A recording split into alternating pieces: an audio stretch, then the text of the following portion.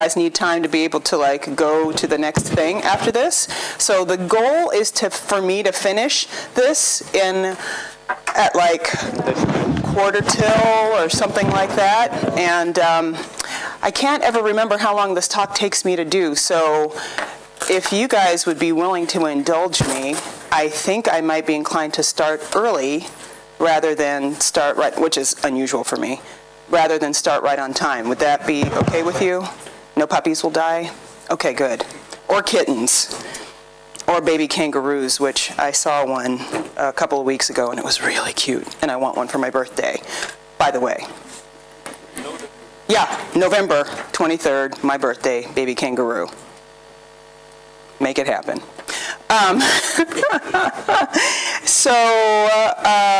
Let me redo my little timer thing here.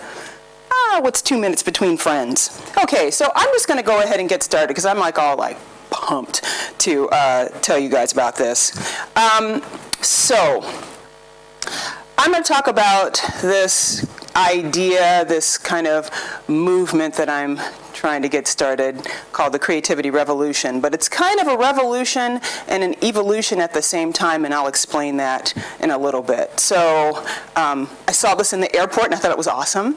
Great to see you. Grüezi, everybody. Good morning.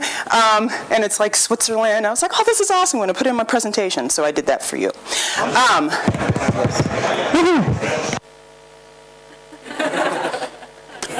Yeah, I know. It's like it's so excited that I got feedback coming from the other room. So for the Twitters, I'm Denise Jacobs. Very easy Twitter handle. Frontend CompCH, FEC 2013, and then if you want to do a hashtag for this talk, it's Creativity Revolution. And I kind of feel like I want to, I don't know, turn things, and my timer's not doing anything. Okay, so I'm going to start my timer right now. If I hit it twice, it stops it. Okay, excellent. So I got a timer, got this timer, got all kinds of timers. So here's what I've been noticing. And I speak at conferences a lot. So I go to a lot of conferences, and I notice that there's kind of this trend that seems to happen with conferences. So you all are here at a conference, so obviously you're here for a reason.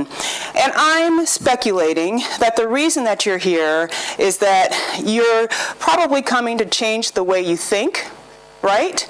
To change the way you work, and potentially to infuse your work with some sense of meaning. Am I kind of on track there? Yes, no? And you guys can like act like you're awake and respond to me and stuff like that. You don't have to just like sit there and be like all calm. You can be like, yeah, girl, that's exactly why I'm here. That's what I want to see, personally. Not that, you know, you're like gonna all of a sudden become like black women, but that's my job. But, you know, you can give me a little something here. So, my guess, let me just ask again. Am I about right with that? Okay, good. Good morning, everyone. Good. Whoa. Hello. Welcome to the first talk this morning. Okay. I'd like to inform you that on the launch we'll stream the tech track here because it's pretty full. So if you still want to sit comfortably, you just go over to the left side and you can... This is my room, okay? Get your own room. Shoot. We listened to you this morning. We have to listen to you twice. That's okay. Let's a little bit of competition between friends. So, this is why we come to conferences, I think. And then when we come to conferences, what ends up happening, this is what's going to happen to you guys over the next couple of days, because this is what invariably happens, is like you get exposed to all of these new ideas, and it's like fireworks going off in your head, right? And that you get immersed in this kind of dense social network that you haven't been immersed in before, or at least that you haven't been immersed in since the last conference that you participated in, right? And that what's actually happening in a lot of ways is that you've got this kind of macrocosmic representation of what's going on in the microcosm of your head on a kind of a neurological level. And that when you get exposed to new ideas, that basically you have these neurons that are firing and then starting to wire together that haven't been wired together before, similarly as two people or a group of people who have never come together before come and start sparking ideas off of each other. And what ends up happening is you end up having this kind of euphoria. You end up having this excitement about coming and getting your ideas sparked and feeling all fired up and like ready to go and do something different and make these changes and change the way you work and maybe change your life on some positive level. But then what ends up happening is you get home, right?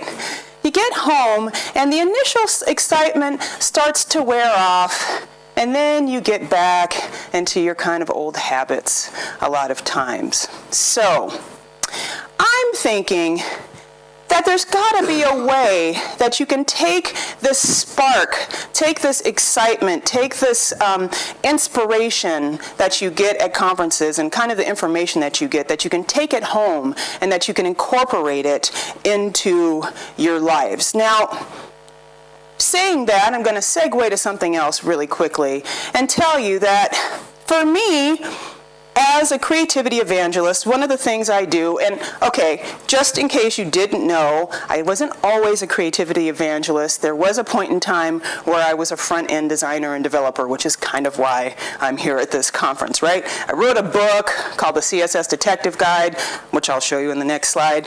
But so, as a creativity evangelist, and former front-end developer. Basically, one of the things that I do is I help people and teams and companies basically get unblocked in order to be able to do better work and to create more, right? And to work better together. And that's really my goal. But part of my other goal is to do that in order to create betterness. And I'm going to talk about betterness in a little bit. Now, how I came to this was after I finished my book, and have to do my little product thing. Oh, wait. Which actually, this was taken on the day that I got the book, like in the mail from the publisher. So I was like, I wrote a book. So, but after I wrote my book, I had this like really major epiphany, and I had this epiphany, this insight, and it was kind of like that, except I was by myself. You know, I didn't have like a whole bunch of like friends around me, like going, woo! Or Aretha Franklin singing in the background. It was kind of like a more private thing. But I had this major epiphany where I felt like creativity is this major kind of transformative agent. When I finished my book, I was so kind of filled up with the sense of being able to do anything because I realized that I was creative. And I wanted to be able to help other people feel like that too. And so for me, creativity is critical. And not only for me, but apparently for a lot of other people too. Time Magazine in the United States did a survey, and out of all the things that were surveyed, 94% of people said that they valued creativity in other people. And I would imagine that meant that they would also value creativity in themselves. And so with that, and this whole creativity thing, this is where this kind of comes together. I feel like creativity is a transformative agent, and that we can actually do something where we can make it better for everybody. We can make it better for ourselves, and we can make it better for other people. And I basically want to start a creativity revolution. Now, when you go to conferences and you get sparked and you get like kind of fired up, it's like your creativity is getting sparked, right? Your creativity, your ideas are getting kind of stirred up and wakened up. And so my thinking is that all gatherings, all conferences, meetups, tweet-ups, networkers, or in everything are basically opportunities, and they're ways that you can get people together to spark this revolution that I am speaking about. And so, you didn't know this, but basically, as participants and coming to this session, you have actually unwittingly stepped into my web of intrigue, and you have actually started to become instigators in this creativity revolution, because you wouldn't be here, right, unless you actually were looking for some kind of change, arguably. So, basically, my thinking is that if you nurture your creative spark, if you nurture the creative spark, that could potentially start a contagion that spreads throughout the community. And so I have this thing where not only do I want to light you up and give you some incentive to kind of start this creativity revolution, but I also want to give you tools. It's nice just to talk about something like this, but I want to kind of give you tools to do it. So, 2 things that you can do. We're talking about starting a revolution on 2 levels. The first one is a personal level, which is to be your brilliance, and the second one is on a social level, and that's to cultivate a culture of creative collaboration. Now, before we get all into how we're going to do this tool-wise, I want to kind of talk about the roots of revolution. So you may be saying to yourself, okay, that's all well and good, but what exactly do you mean by creative spark? And when I say creative spark, I basically mean that it's that kind of animating force, that kind of inspiration, that thing, that kind of energy that pushes us all to create. And it's that which kind of compels us to bring the kind of the ethereal and the world of ideas into the world of the tangible and making things manifest. Now, that's the creative spark part of it. Betterness. Let's talk about betterness. I have a thought leader crush. I'm totally in love with this guy. Okay, so also for my birthday, I also want to marry Umair Haque. So he has written a book called Betterness, Economics for Humans. And even though I'm not really all that excited about economics, I love the ideas that he's putting forth in his books and in his writings. And basically, he is kind of challenging companies and people to create something that he calls betterness, which is basically all about making people, communities, and society tangibly better off. Right?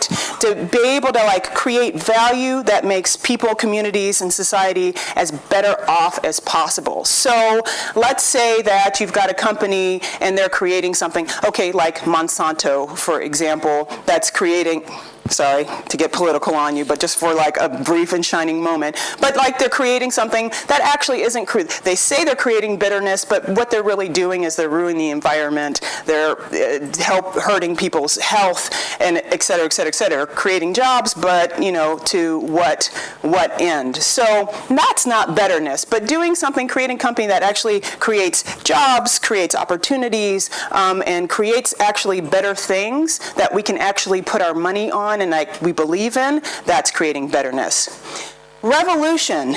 Now, you may be saying, what's up with the R in the parentheses?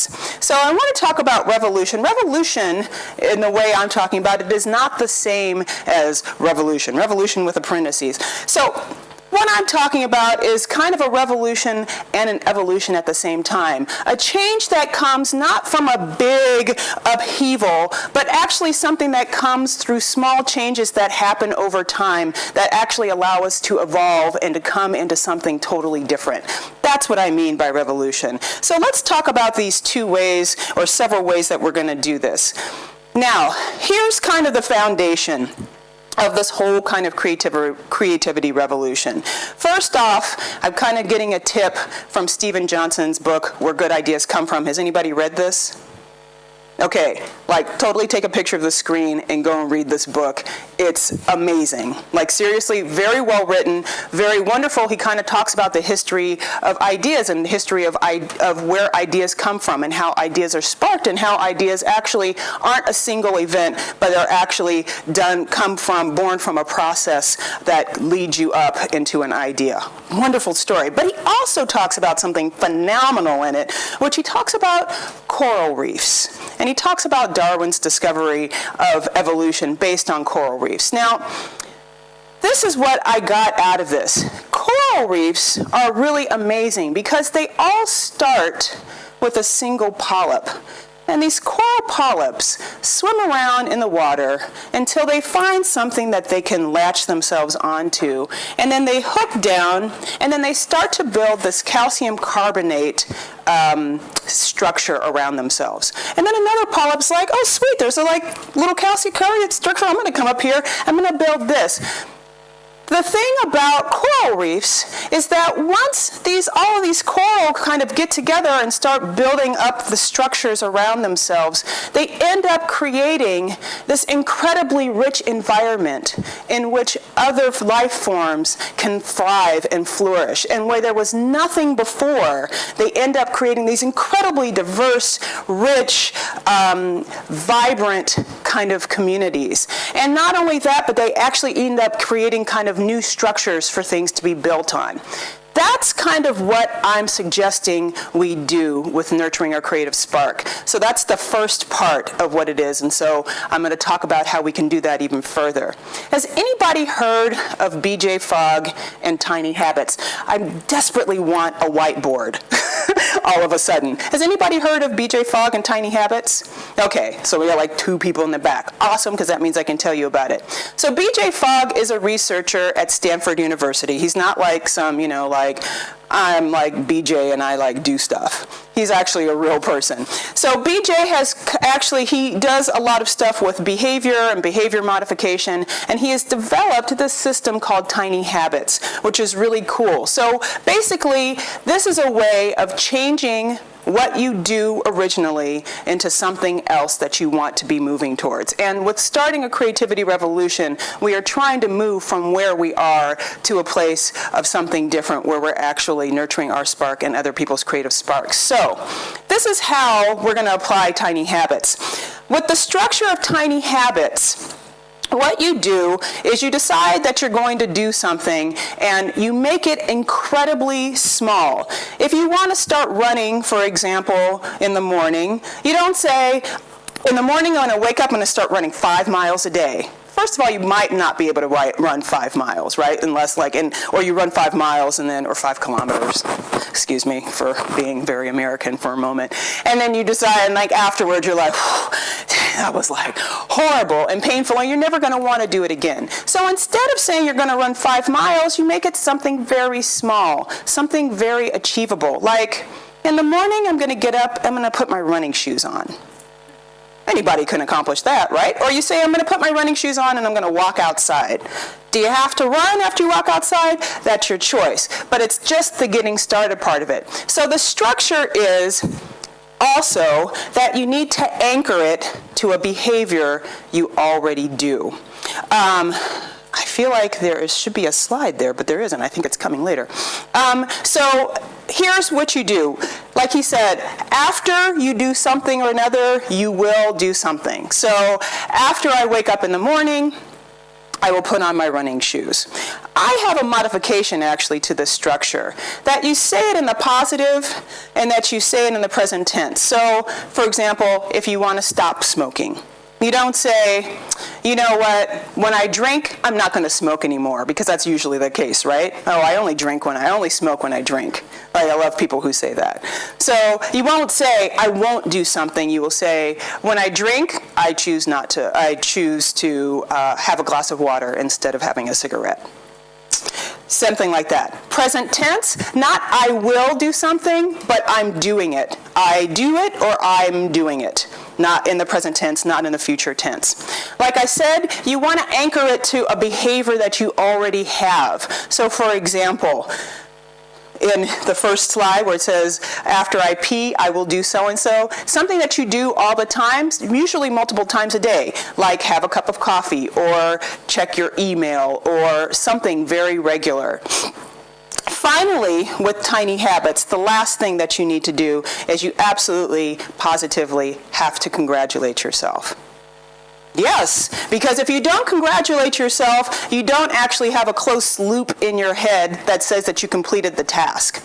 Now, I'm going to take BJ's, I'm going to follow his lead. I actually saw a video of him talking at South by Southwest, and this is what he did with the audience, and if it's good enough for BJ Fogg, who is a researcher and PhD at Stanford, it's good enough for me. We are going to practice congratulating ourselves. Sorry, I'm going to have to wake you up in the morning. This is going to get you prepped for the rest of the conference. So you guys ready? So this is how you congratulate yourself, just in case you didn't know. And yes, I'm an American, and this is what we do over there, so just get used to it. We're like all like positive and upbeat and stuff with, like a crazy dark underside that nobody talks about. We're not going to talk about the dark underside today, though.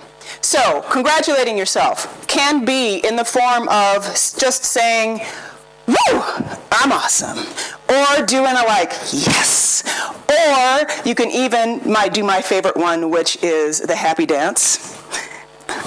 Or actually my real personal favorite, which is the happy dance and the congratulation at the same time. I'm awesome. I'm awesome. I'm awesome. See, I'm dancing for you at 10 o'clock in the morning. Isn't it wonderful? So, yeah, I know, right? So, thank you. Thank you. I'll be signing autographs afterwards. So, this is what I want you to do. You don't have to dance. We can save it for the party later, I know. Well, we can dance in the hall. It's okay. You don't have to dance, but you do have to say I'm awesome, at least to try it. So on three, I'm watching you. On three, I want everybody to give me your best. I'm awesome. You're practicing for it. Now, let me just preface this to say the congratulations is actually neurochemical. You get a little burst of dopamine when you do this, and that little bit of dopamine helps you get addicted to the habit and helps you want to continue the habit. So if you do want to actually make change, the congratulations is important to help you continue doing the habit so you actually make the change. Now are you ready to congratulate yourself? Thank you. You ready? 1, 2, 3. I'm awesome! Woo! You guys kick ass. Now, this all sounds great and everything, right? But you're like, I don't think this is going to do it. BJ Fogg gets thousands of people, not hundreds, but thousands of people to work with him on this Tiny Habits thing. If you go to the Tiny Habits website, there is a little link where you can sign up for the next week's group of Tiny Habits. 10,000 people, etc., sign up for it. It starts off for a week. You figure out your habit. He sends you an email, checks on you every day, and then at the end of the week, checks on you and just see how your progress is. This is what some people have been saying about how Tiny Habits actually works, that they're small, but each time I do it, I feel better. I can set up all sorts of things that can help me. I'm surprised how excited I get about doing these little things. So, in order to support that, I'm going to actually give you guys some homework in a little bit. So that's one thing that we're going to use to actually start to create this creativity revolution. The other thing that we're going to use, has anybody heard of open spaces? Yeah, I know. I never heard of it before either. It's a lot like an unconference. Has anybody heard of an unconference? Right. So, Open Spaces has got this kind of unconference-like thing going on, except for it's got a very specific structure, and it's got this kind of very specific set of ethos, or ethi? What's the ethos? Is this a psi? Z with a Z and an I, double I. So, the ethos, the tenets of the open spaces are as follows. Whenever it starts is the right time. Whenever it happens is the right place. Whoever shows up are the right people. Whatever happens is the only thing that could have happened. And when it's over, it's over. So this is also kind of some spirit of openness that we're going to use, that we're going to apply to when we actually start nurturing the creative spark of other people. So we've got this kind of foundation. And so I want to tell you about the two levels and how this works. So the first level is personal. The second level is social. Now, in terms of the personal, I actually was speaking at a conference in Wisconsin a couple of weeks ago, and one of the keynoters was talking about terrorism. And it was kind of like dark and stuff like that, but then he said something that I thought was very profound. And one of the things that he said is that terrorists end up using fear, and they end up using our own fears against us. And so what we end up doing when we're very afraid of terrorism is that we end up in our own fear creating the very thing that we are afraid that they are going to create for us. Does that make sense? How many of us have been terrorists in our own lives? In other words, and especially I'll say in our professional lives, How many times have you, and I know I've done it, where I've created the very thing that I was afraid of, I was afraid that somebody else was going to create for me. In other words, I took a job that I didn't want because I thought I wasn't going to be able to take the job that I did want. That somehow they were going to keep me from having the job that I wanted. So then I just took a job that I didn't like. Spent most of my career doing that. Yeah? Does that sound familiar? That is us being careless in our own lives, making choices that actually aren't commensurate with who we really are and what we're really good at and what we really love. And so I want to start to change that. Because basically, this creativity revolution, you're the gateway. You are the very place where it starts. And it starts with you being something that I call being selfful. Now, what is being selfful? Think about oxygen masks on an airplane. Everybody knows what you're supposed to do in the case of unexpected turbulence and the oxygen mask drops down. What are you supposed to do? Put it on yours first, and if you're traveling with a small child, put it on the small child second. So I say that to say that we can't help other people and we can't create betterness and we can't create change unless we create it for ourselves first, which is one of the reasons why I told you about the tiny habits. So I say that that means that we are absolutely responsible and we absolutely have a directive to do what we love and to love what we do. I'm not the only person who thinks so. Steve Jobs, before he passed away, when he talked in the Stanford Commencement in 2005, said that the only way to be truly satisfied is to do what you believe is great work, and the only way to do great work is to love what you do. And I implore all of you and encourage all of you to really start thinking about doing great work so that you can actually put something great out into the world. So the way we can do that is by nurturing our own creative spark. And what ends up happening, that force that I was talking about, right? That animating force of wanting to create something and wanting to put something out into the world, some idea that you have and wanting to make it tangible. What ends up happening is when you end up nurturing your own creative spark, it seems like it's selfish, but it's not. It's selfful. It becomes magic. It actually opens you up and opens you up to other possibilities and basically makes it so that when you make yourself happy, you can make other people happy. And so self-full, this kind of thing of taking care of yourself, filling yourself up, makes it so that you can end up becoming selfless. Think about it. If you're doing work that you love to do, and you're producing some really, really amazing products that you really feel like are going to help other people, then doesn't that actually become a selfless act? Doesn't that actually end up helping and touching hundreds, thousands, maybe even millions of people's lives in a positive way? That, to me, sounds like a very selfless thing. And so, you may be saying, okay, I want to nurture my creative spark. That's great. How do I do that? So, Simon Sinek wrote a book called Start With Why, and so I think that's a great place to start. Start with, why are you doing what you're doing? What's the point? What's the motivating factor?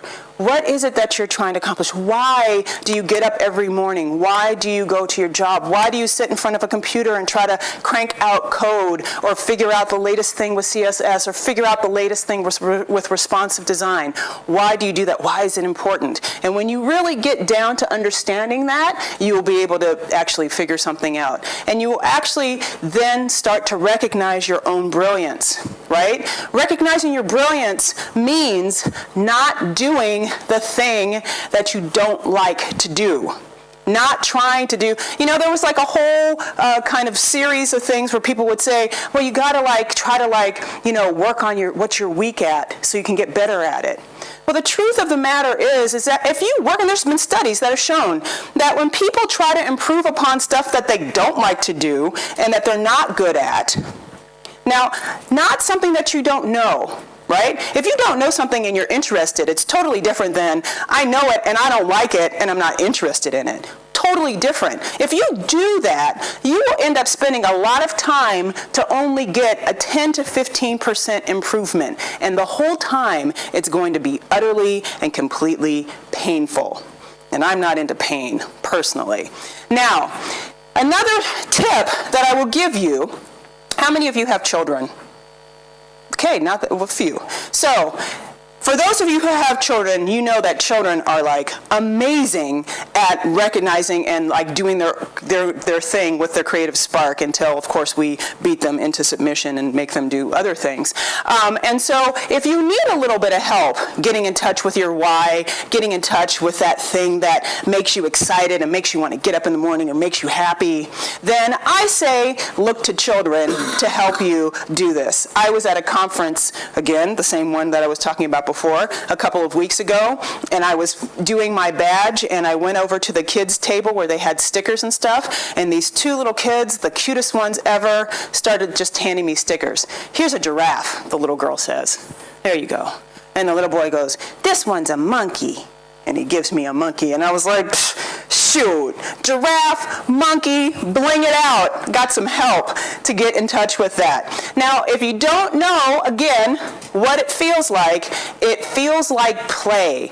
Anything that you do that feels like play and feels like fun is helping you get in touch with that spark, helping you get in touch with that creative spark. And it's all about... It is all about respecting yourself, right? It's all about respecting who you are, what you love, what you're good at, in order so that you can do something better. Let's take a little tip from our buddy, Dan Rubin.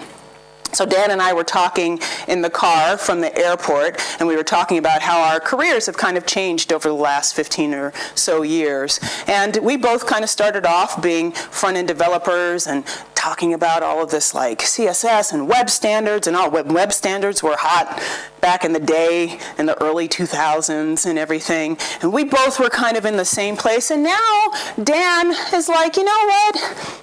I actually don't really want to build websites anymore. What I really love doing is I love photography. And that's what I'm doing a lot of now.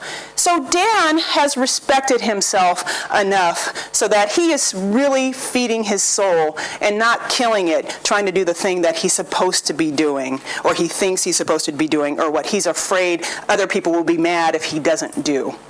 I urge the same for you. So in order to do that, we need to use that tiny habit structure to start moving into that place and to start shifting into a place where we can actually do things that nurture our creative spark. So first thing, piece of homework that I want to have you guys do, and actually we've got time to do this. I want you to turn to the person next to you, and I want you to exchange, this is the beginning of the conference. If you don't know the person next to you, that's even better. You probably are sitting with people that you know, but still, we'll work with it. So I want you to turn to the person next to you. I want you to exchange business cards. And I want you, even if you are a speaker, or if you're not a speaker, you can try to figure out something that's like really cool else that you do. All of you have brilliance, okay? All of you are awesome at doing something, I'm sure, and you're all interested in something. I want you to think of a topic. If you've never submitted to a conference before, if you've never submitted a talk, I want you to imagine that you're going to submit a talk to a conference. And I want you to come up with a description of the thing that you are awesome at. And I mean that you are, or that you're really interested in, that you're really passionate about. It may not be front-end design or development or coding or responsive design or something. It may be something totally different. But act like you're going to submit a description to a conference. And I want you to be accountable to each other, which is why you're going to go and you're going to swap business cards and contact information with the person sitting next to you. I'm not playing. You guys think I just made you do, you're awesome. And so I'm going to further this along. This is going to be part of your tiny habit, right? So we're going to take like 3 minutes. I'm not kidding. You guys are like, she's like, is she serious? I'm serious. Take 3 minutes. The person that you're sitting next to or who's close to you, exchange information, tell each other what you're probably going to talk about. And in 1 month, on September 29th, I'm going to have the front-end conference send an email to everybody reminding you to send the description to the person that you are sitting next to. You think I'm kidding. I'm so not kidding. You've got 3 minutes. Seriously.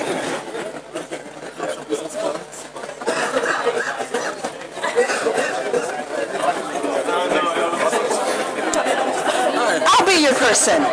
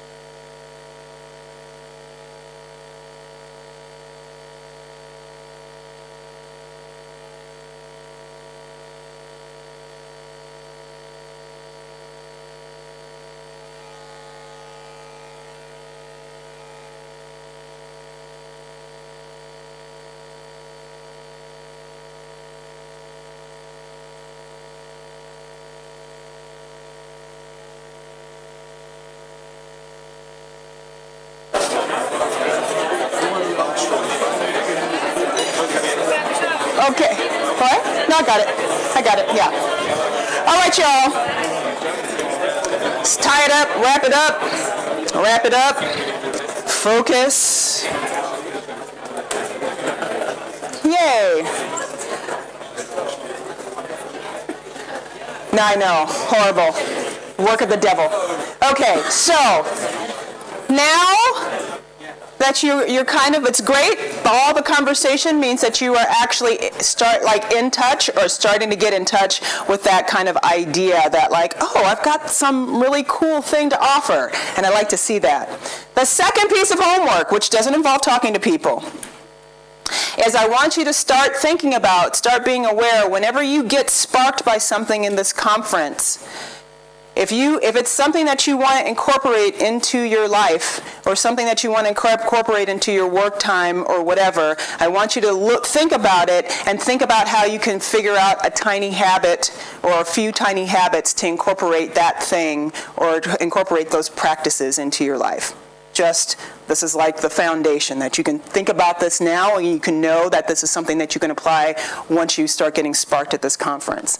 Because basically your spark deserves to be protected, but not only that, you taking care of your spark, like I said, actually is the beginning of a contagion spreading throughout your community, spreading out throughout your social circle, and then spreading beyond that. I'm not going to talk about contagions right now. I'd like to, but I'm not going to. So let's talk about the social level.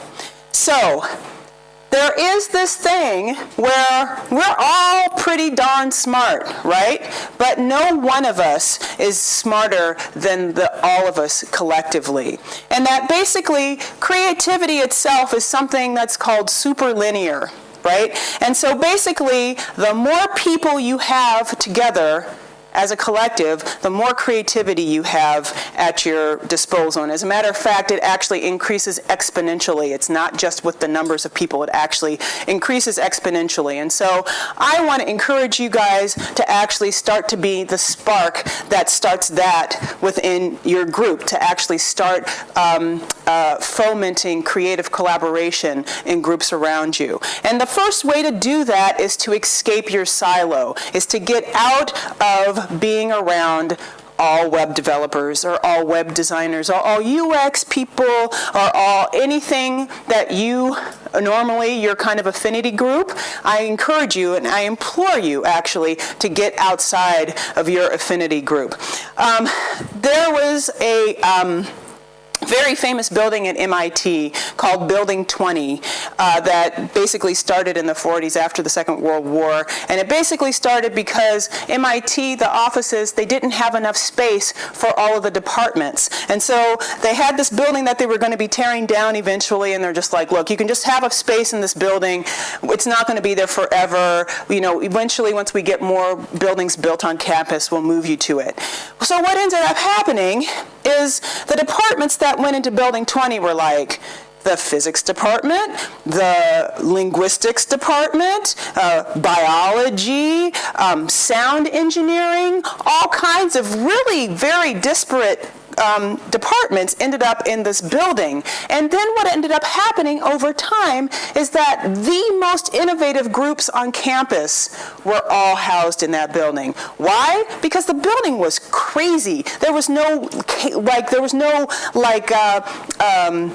logic to it. They would have rooms on different floors that were numbered. Rooms on the third floor were numbered with 1, starting with 1, and rooms on the bottom floor were numbered with 2, and people would get lost and everything, and then they would run into somebody that they never would have run in before had they all been all with physics people or all with engineering people or all with linguistic people. Linguists were running into particle physicists who were running into sound engineers who were running into biologists and everything. If you guys have heard of Noam Chomsky and his kind of whole theory of linguistics and everything, Noam Chomsky was housed in this building, and that his theory of linguistics was actually informed by all of these people that he was running into at random.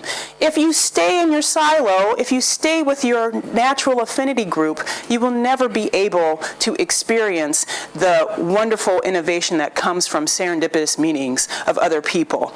And so when you do meet other people, the other thing to do is to really listen to them. And when I say listen, I mean really listen. Lean in and really listen to people, because what ends up happening is when you really listen to somebody and you really get down and find out, that person ends up loving you. When's the last time you met somebody who listened to you really well and you walked away and you were like, I just don't know about that person. What you probably said was, oh my God, they were so nice and we had this great conversation, and you just really, because you felt listened to and you felt respected. And so do that for other people, especially when it comes to sharing ideas.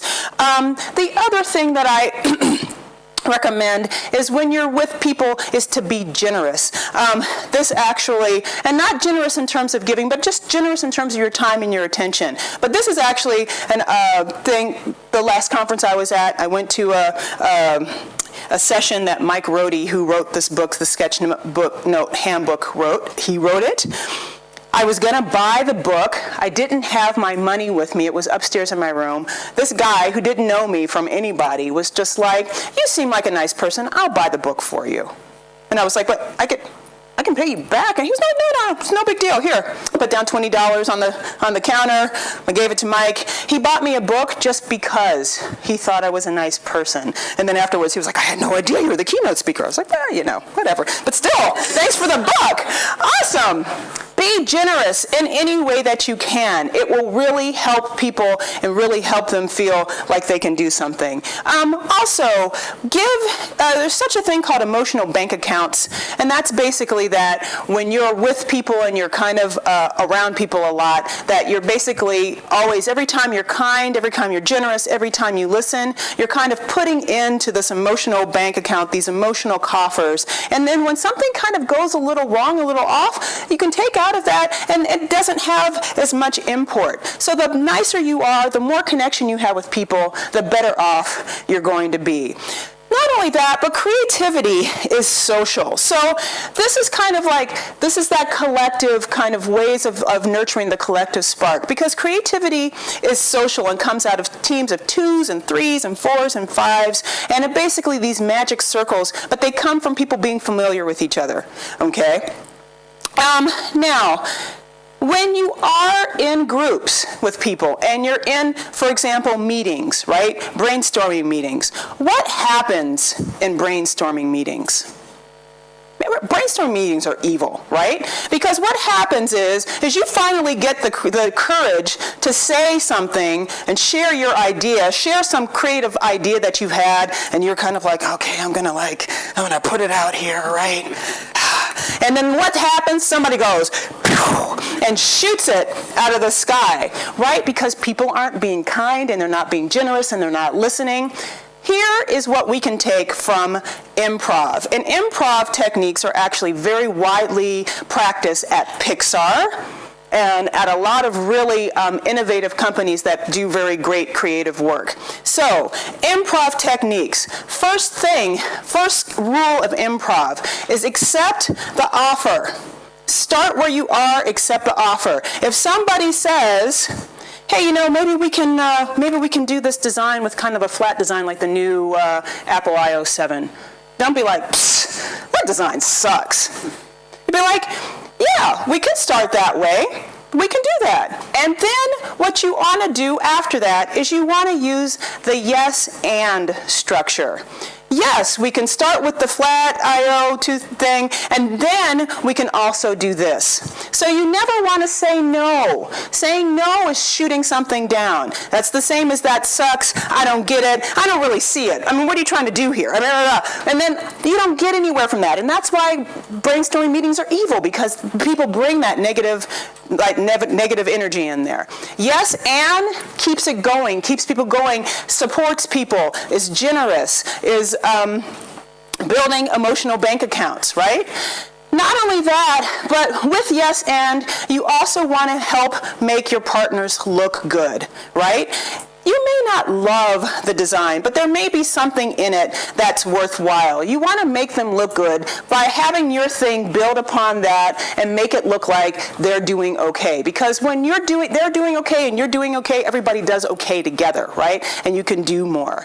That builds trust, like I was saying, and then that way collaborations get stronger because they're based on love, man, and not on negative things. Now, you may be saying to yourself, that's all well and good, Denise, but are you actually eating your own dog food? And the answer is yes, I am. I actually started a writing group with 3 other people that I know who want to actually produce a book, and we meet every Monday, except for when I'm traveling, and we meet every Monday, and we talk with each other, and we support each other, and actually give each other feedback on our work, and we push each other to keep going.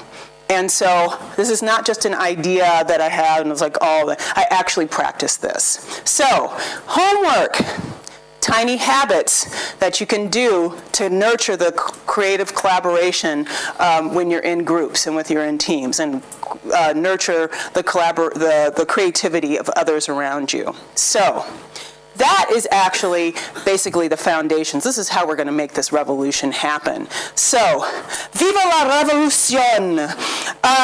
Basically, through doing these things, through incorporating the time, like basically nurturing creative spark by being your brilliance, not doing what you don't want to do,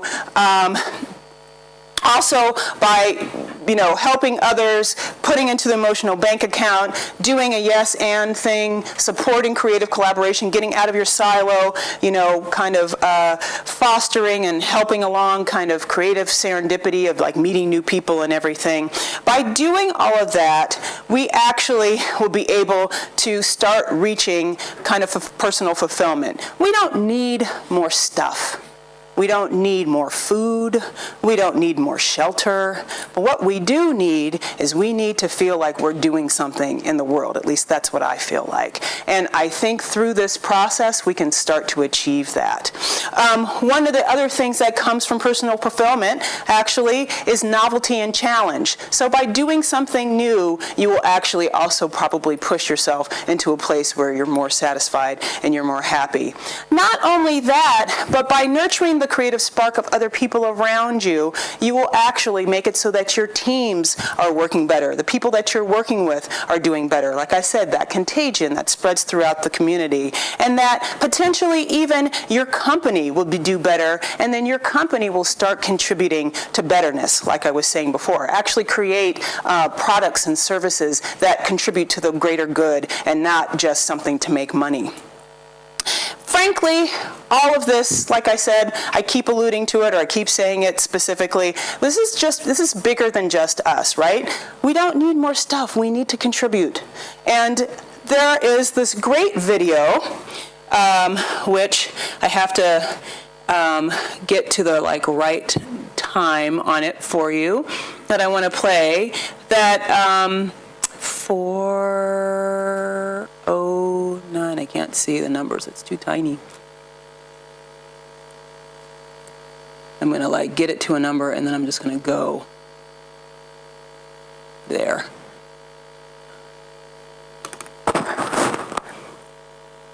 Almost the number.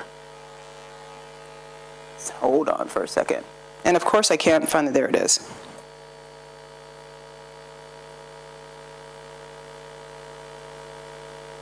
So this is from learntocode.org. Oh, you know what? If someone had told me that about humanity, that it's really about helping people by using computer technology, it would have changed my outlook a lot earlier. To be able to actually come up with an idea and then see it in your hands and then be able to press a button and have it be in millions of people's hands. I think we're the first generation in the world that's really ever had that kind of experience. Just to think that you can start something in your college dorm room, and you can have a set of people who haven't built a big company before come together and build something that 1 billion people use as part of their daily lives is just crazy to think about, right? It's humbling and it's amazing. The programmers of tomorrow are the wizards of the future. You're going to look like you have magic powers compared to everybody else. It's amazing. I think it's the closest thing we have to a superpower.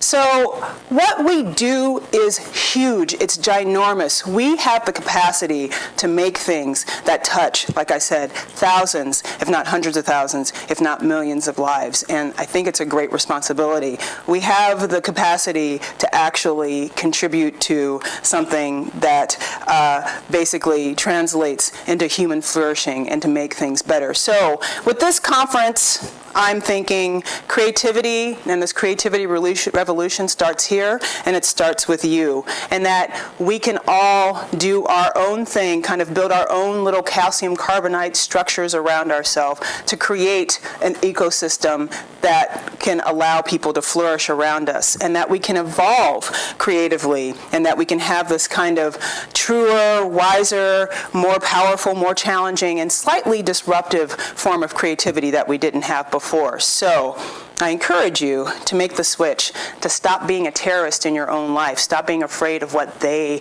are going to do to you and creating it for yourself, and actually become a revolutionary instead. So Gandhi said that you need to be the change that you want to see in the world, but I actually encourage you to actually be the revolution, like the creativity revolution, that you want to see in the world. So thank you.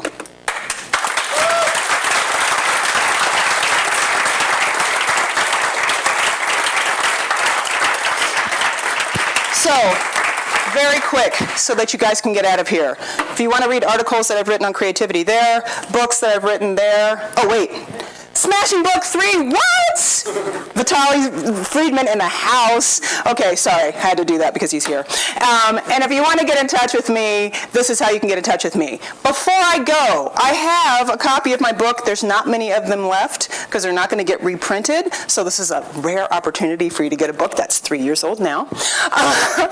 But I wrote it, and it's actually a really good book, and it's fun to read. And there is some useful information in here. If you are interested in having a copy of this book, then answer the question. If you're not, be quiet.